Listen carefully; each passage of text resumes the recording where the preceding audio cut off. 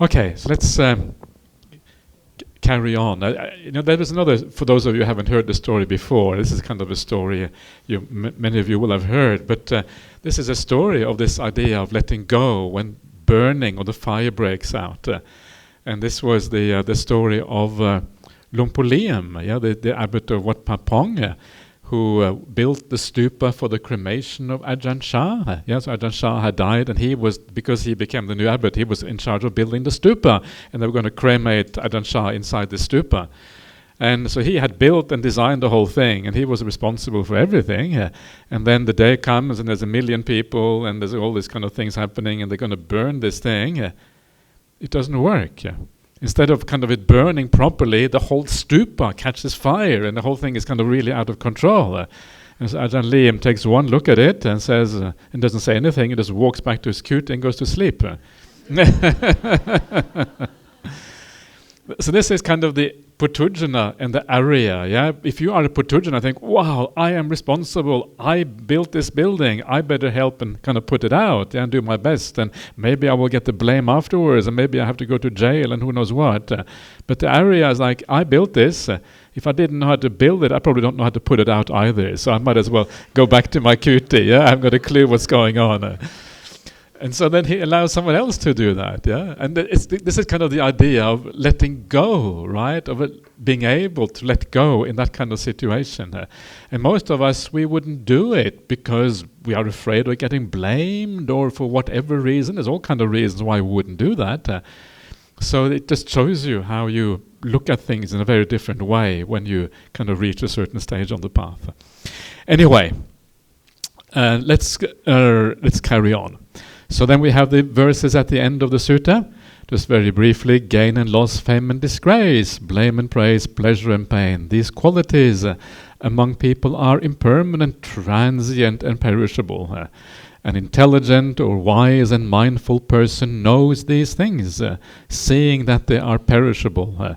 Desirable things don't disturb their mind, nor are they repelled by the undesirable.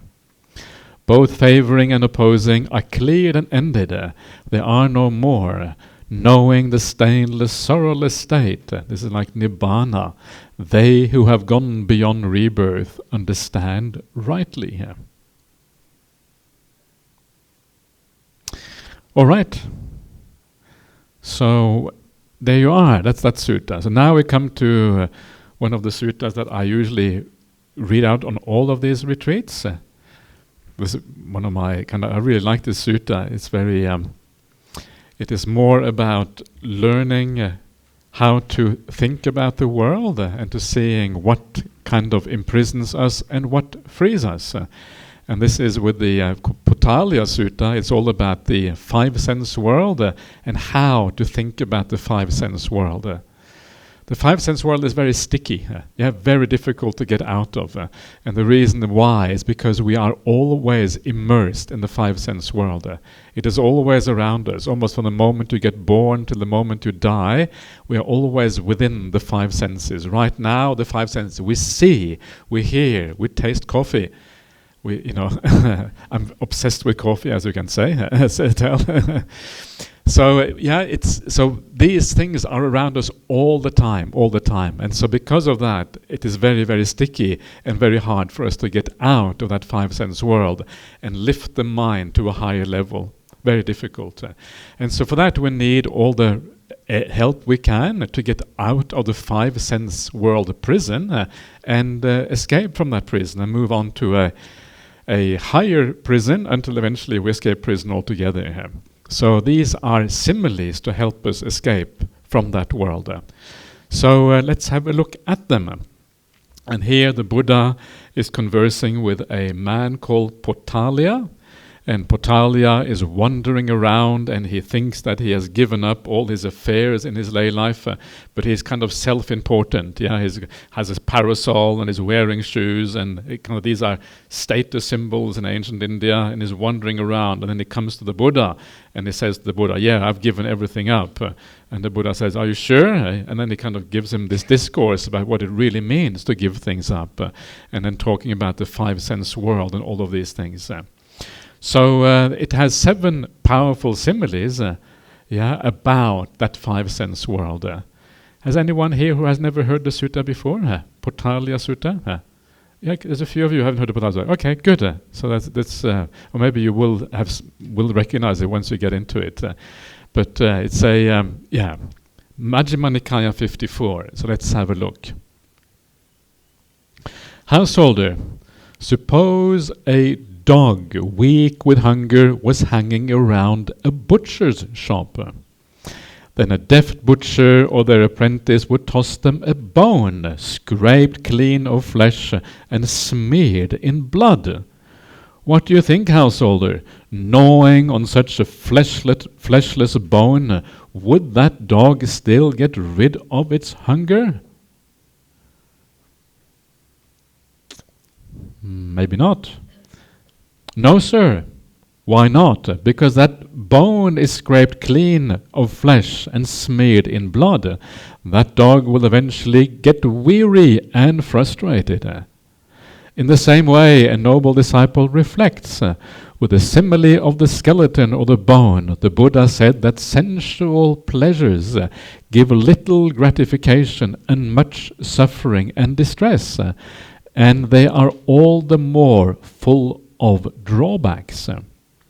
Having truly seen this with right understanding, they reject equanimity, etc., based on diversity and develop only the equanimity based on unity, where all kinds of grasping to the world's material delights cease without anything left over. So this is the simile of the dog and the bone. And this simile then gives you a feeling. The idea here is that the 5 sense world is a bit like this. So the dog, that is you. It's bad to call people a dog, isn't it? That's not nice. But this is in the simile, that's what it means. It means a person. It means people in general. You are a dog. And you are weak with hunger. What does that mean? Well, weak with hunger means you have craving. Your craving hasn't been satisfied. You're looking for the way to satisfy that craving. How do you satisfy the craving? Well, if you're hungry, you go to the butcher shop. If you have some other kind of craving, you go wherever you need to go to try to satisfy that craving. This is kind of the idea here. But what is very interesting here is that even though you hang outside the butcher shop, the butcher is not going to give you anything to really satisfy that craving. The butcher is not going to give good meat to a dog. What happens here in Malaysia? Do the butchers give good meat to the dogs? Probably not. No, wouldn't do that. The meat is for sale. The meat is to make money. It's not to give to a dog. And so the dog waits outside, and eventually the butcher has a tiny bit of compassion, so it kind of chucks out a bone to the dog. The bone doesn't have any meat. It has a bit of blood. So the dog eats this bone, chews on this bone, gets the taste of blood. Craving becomes even stronger because you get the taste of blood, right? It becomes even stronger, it gets even more desperate. But there's no sustenance. There's nothing to satisfy that craving. And because nothing satisfied that craving, the dog is even worse off than it was before. And then it runs off to the next butcher shop. And when it goes to the next butcher shop, the same thing happens again. There is no butcher anywhere that will give away meat to a dog. Because a dog as well, there are too many of them. And if you're going to give away your meat, you wouldn't have anything left over for sales or whatever. And then the dog carries on like this, from butcher shop to butcher shop to butcher shop. Never really finding that real sustenance, never finding satisfaction, craving always growing because you get that taste of blood, but you don't go beyond the taste of the blood, and that is the problem. And then I'd like to kind of expand on the simile a little bit, because these similes can always be expanded upon. That makes them kind of more interesting. So the dog runs around from butcher shop to butcher shop, and eventually it gets old, and eventually it dies. And then, when the dog dies, what happens? They get reborn as a puppy.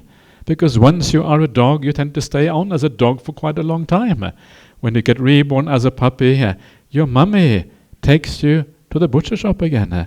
And so you hang out at the butcher shop, and the whole thing restarts again going to the butcher shop until you die, get reborn as a puppy again and again it goes, revolving around, moving around the same way, and there is no escape by going to the butcher shop.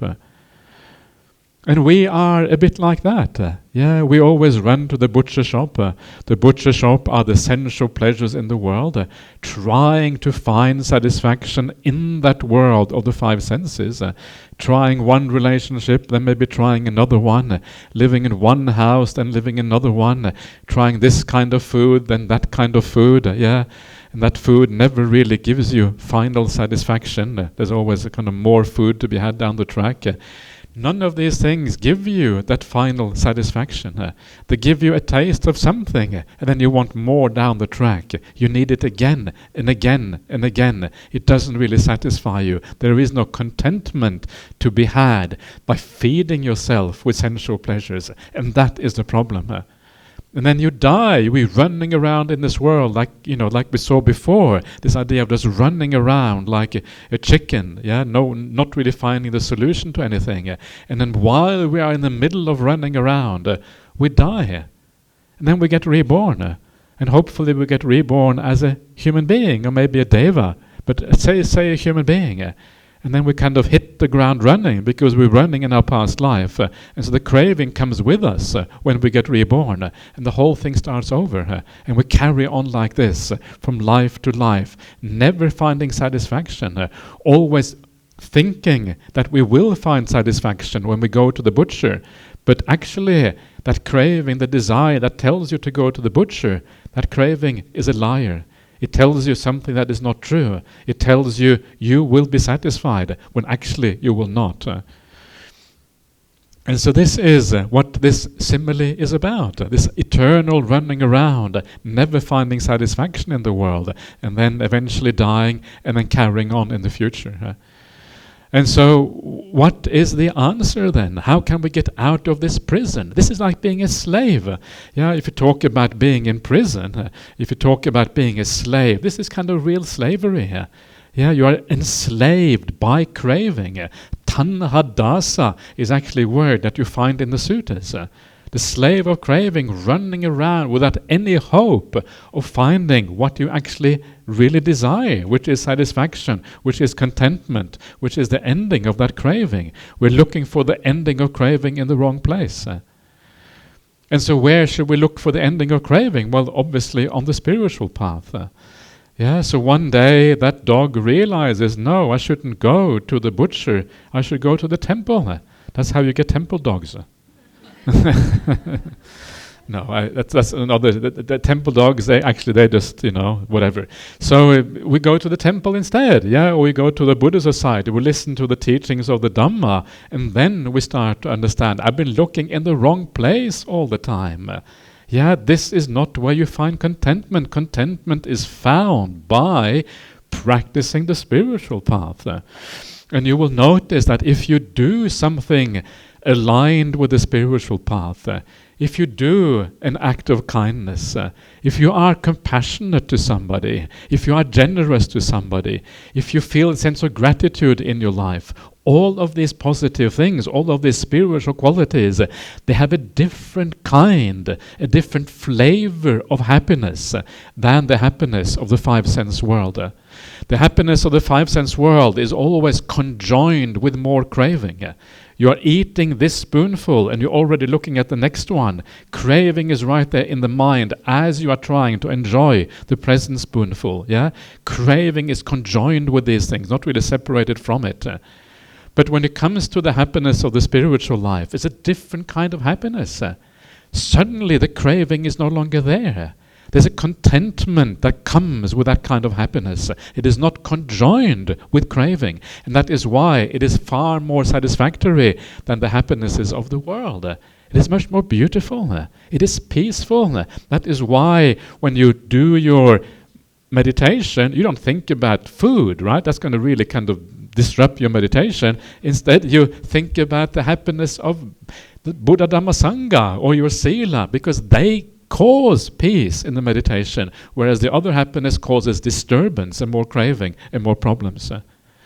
And so this is the idea here. You start looking in the right place. Yeah? Freedom comes in this way. You're freed from that slave driver called craving, and your mind becomes peaceful instead. And then you keep carrying on. You take this deeper and deeper and deeper. You proceed then maybe to do some meditation. Maybe one day you achieve a state of samadhi, and when you achieve the state of samadhi, the craving is completely gone, lo and behold. And all you experience is joy, happiness, bliss, unification of the mind.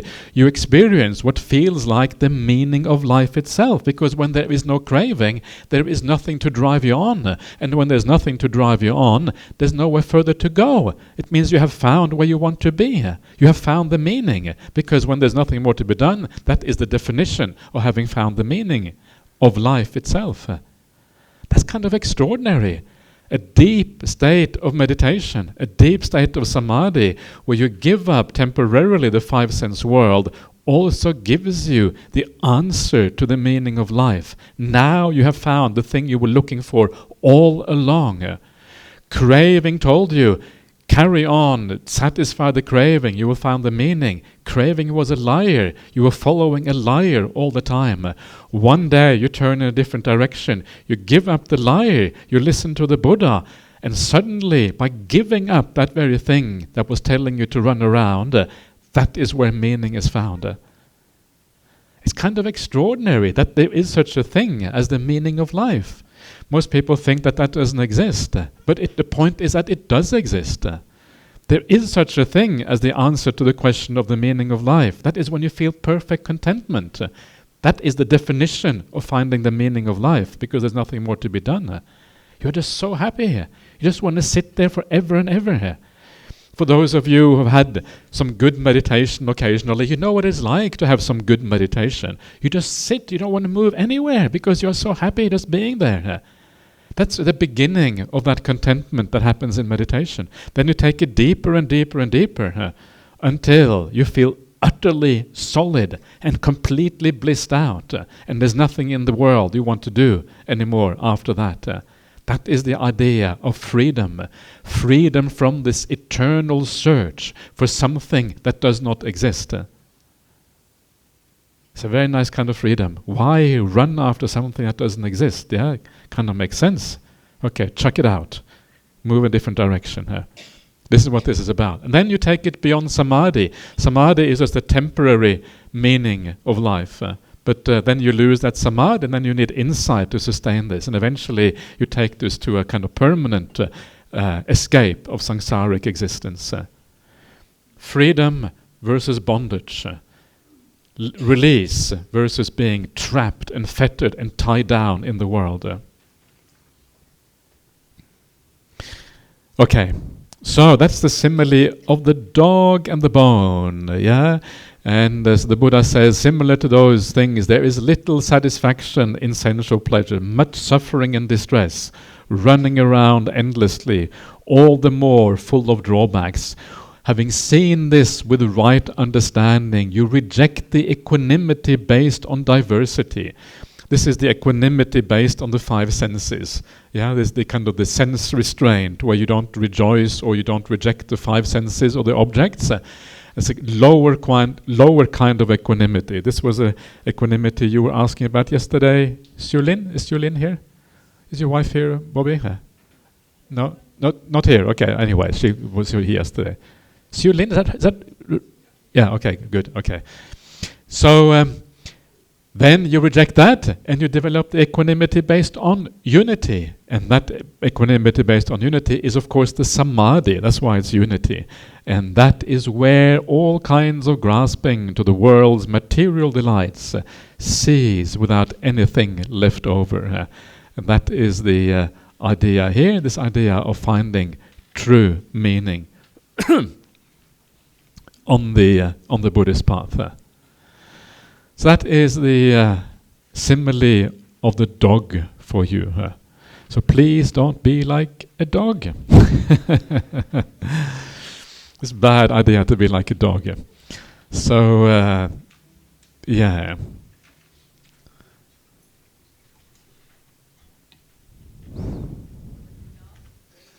What was that? Yeah. Loyal. Dog is loyal. So you mean that we should analyze again? Is that what you're saying? We should be the vibhajavadins. We shouldn't be one-sided. Is that the point you're making? We should look at the good side as well. Yeah. Okay. True. You're right. Okay. Thank you I'm glad I have you here, so you can kind of keep me balanced. Without you, I would be straying to one side all the time. So that's good. Okay. Thank you, Venerable. Did you get the coffee, by the way? Not yet. Not from me. Okay. Okay, but you got some coffee, so you are okay. Is that why you are so chirpy today, because you had some extra coffee? Had some morning. Not yet. Okay. All right. Well, that will be interesting when you have some coffee. We'll see. Yeah, that's right. The coffee wisdom. So anyway. So I think I will stop. I don't want to go on to another simile because it's too much information. And some of the similes are so nice. You just want to stop and kind of allow them to sink in a little bit and think about them because they are so I don't know, very powerful. And to be able to... Remember when you read these similes, ask yourself how they apply to you. Try to see how it works in your life because... what does it mean? Okay, in my life, how is it that actually I kind of, crave for too many things or run around and never find contentment and all of these kind of things? And when you see it in your own life, that's when it starts to really have an effect on you. And it starts to kind of really make sense. So make it real, make it tangible, something that actually works when it's powerful. So, yes, any... further comments, anyone? Anyone like to say anything about this?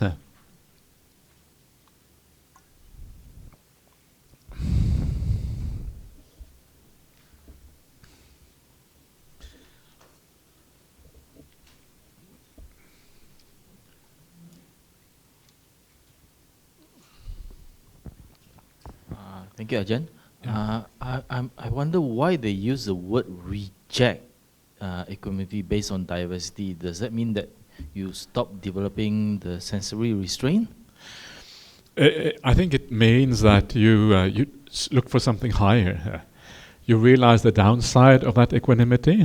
I think you still have sense restraint, but you understand that it's not enough.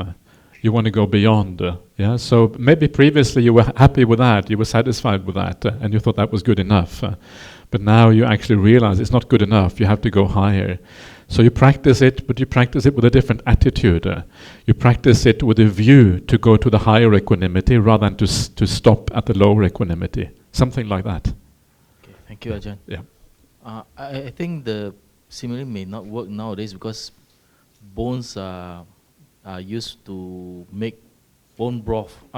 So I see. They won't throw it away. They wouldn't even give a bone to the dog. Well, that is so unfair, right? That is terrible. Okay, so you have to kind of bring your mind back to the time of the Buddha to be able to make this work. Okay, fair enough. Poor dogs. Yeah, please don't get reborn as a dog, whatever you do. That's real dukkha. Yeah.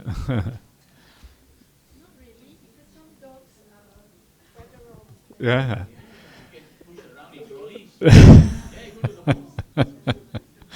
I still wouldn't recommend it. I don't think I wouldn't go there if I were you. Okay, don't develop that delight in the state of a dog because it might lead you in the wrong direction. Anyway, yeah. Okay, please. Good morning, Ajahn. Good morning.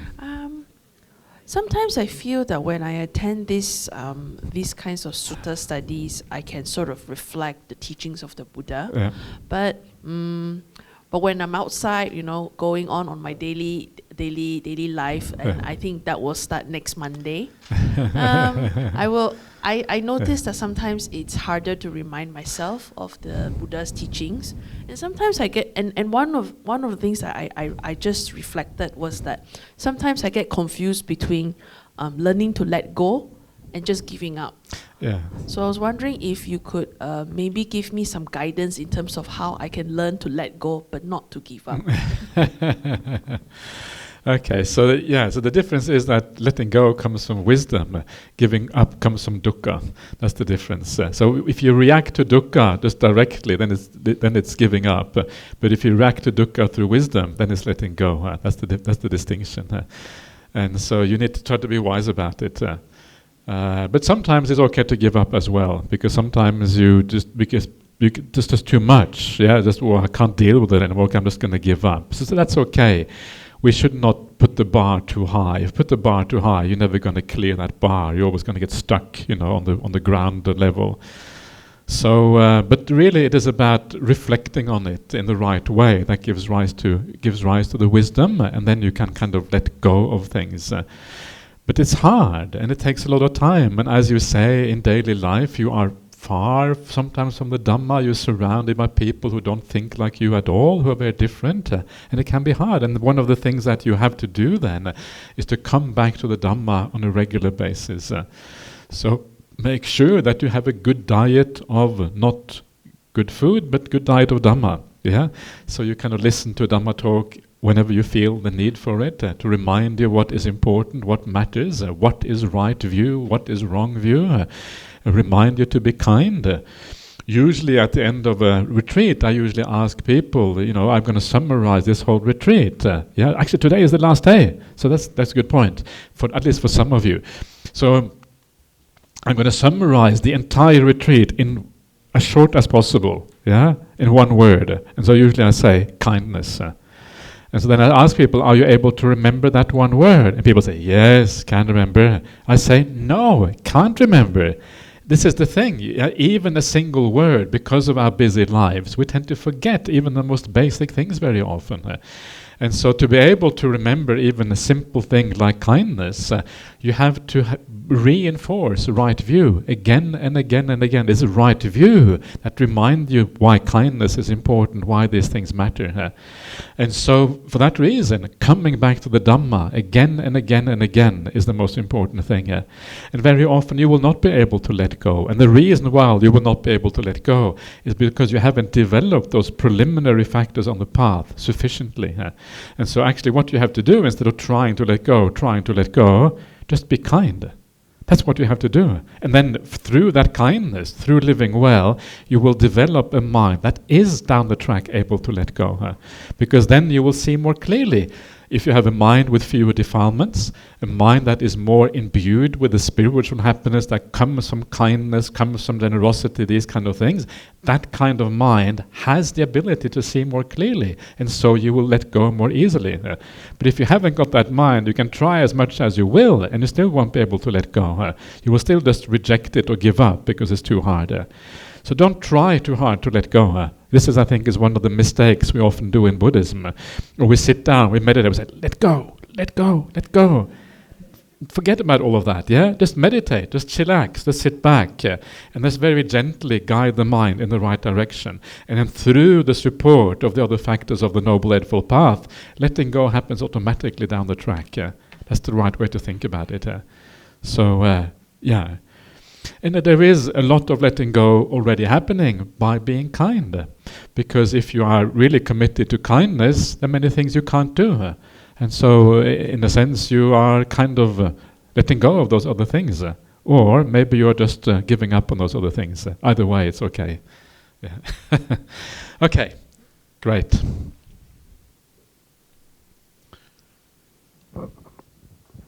Ajahn, in the third para, it is said that in the same way, a noble disciple reflects.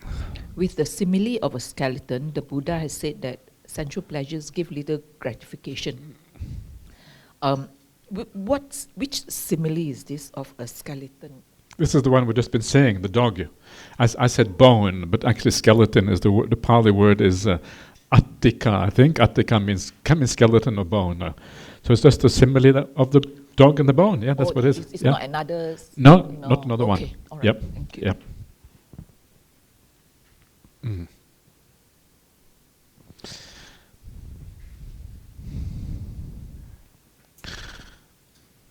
Okay.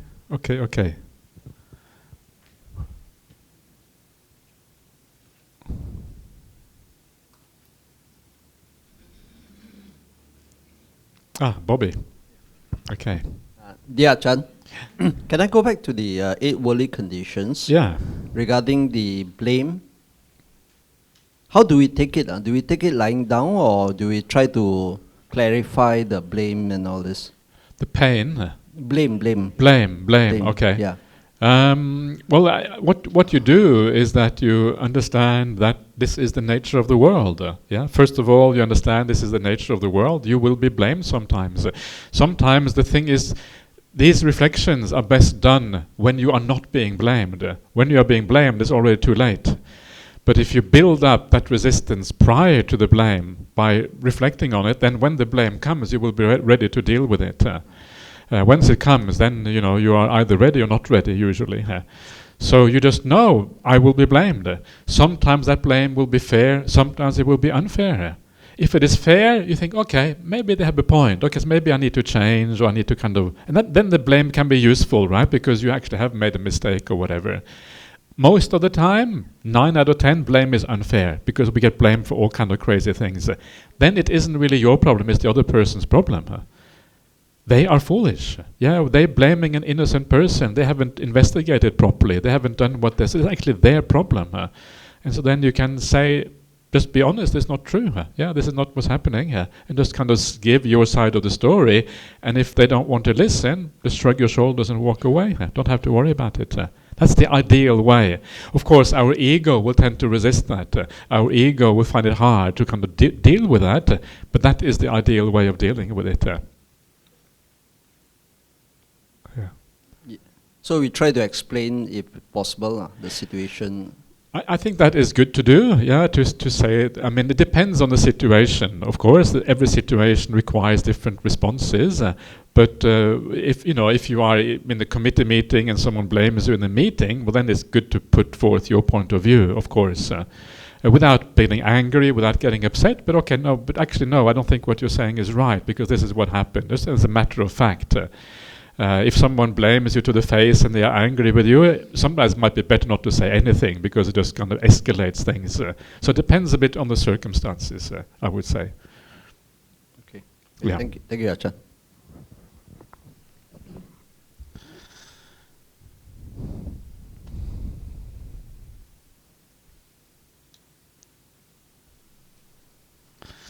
Okay, everyone. Are you hungry, or are you ready for lunch?